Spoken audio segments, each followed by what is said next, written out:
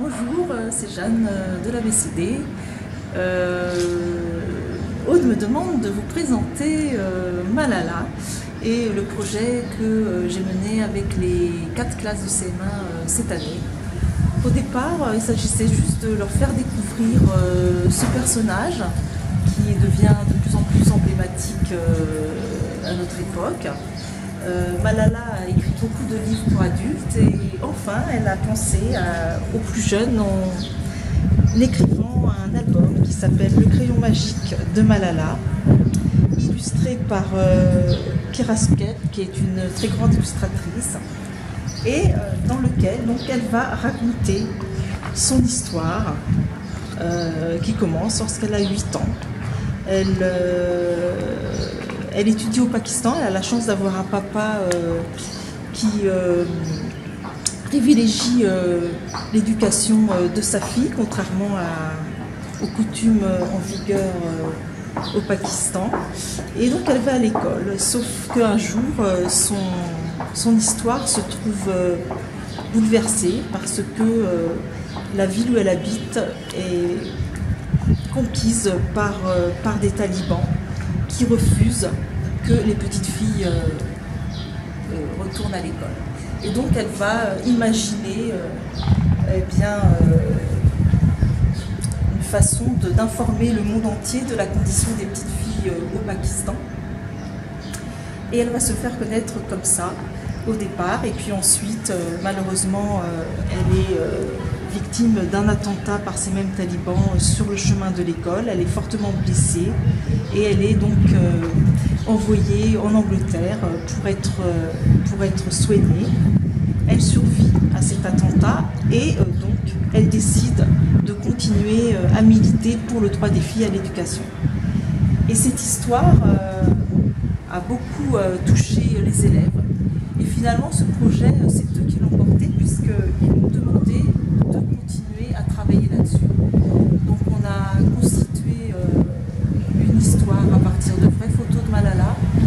Et lorsque j'ai commencé à vouloir leur faire le travail de restitution écrite, vu leur investissement et la qualité des productions des élèves, de l'ensemble des 4 classes, je leur ai proposé de les mettre en exposition.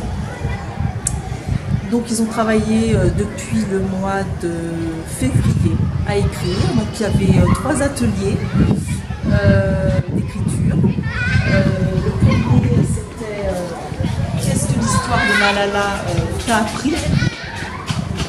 Donc les enfants ont eu l'idée d'écrire de vraies lettres à Malala, sauf que Malala l'écrit en anglais et en pakistanais bien sûr. Donc on a fait appel à Ismaël, bonjour, qui est là. Bonjour. Et elle a eu la gentillesse de travailler sur plusieurs séances avec les enfants pour écrire donc la photocopie que vous avez ici des lettres faites en anglais avec la signature de tous les enfants. Photocopie puisque les originaux étaient envoyés au fonds Malala qui se trouve à Londres en Angleterre. Donc nous attendons des réponses à ces lettres. Voilà, ici, j'ai moi-même, lors de mon séjour pendant les vacances du bac, pris la responsabilité d'envoyer toutes ces lettres qui avaient été aussi décorées par les enfants avec beaucoup de roses et de mauve, les couleurs préférées de Malala. Et puis, on a eu des élèves qui ont travaillé sur la thématique. Et toi, si tu avais un crayon magique, que ferais-tu?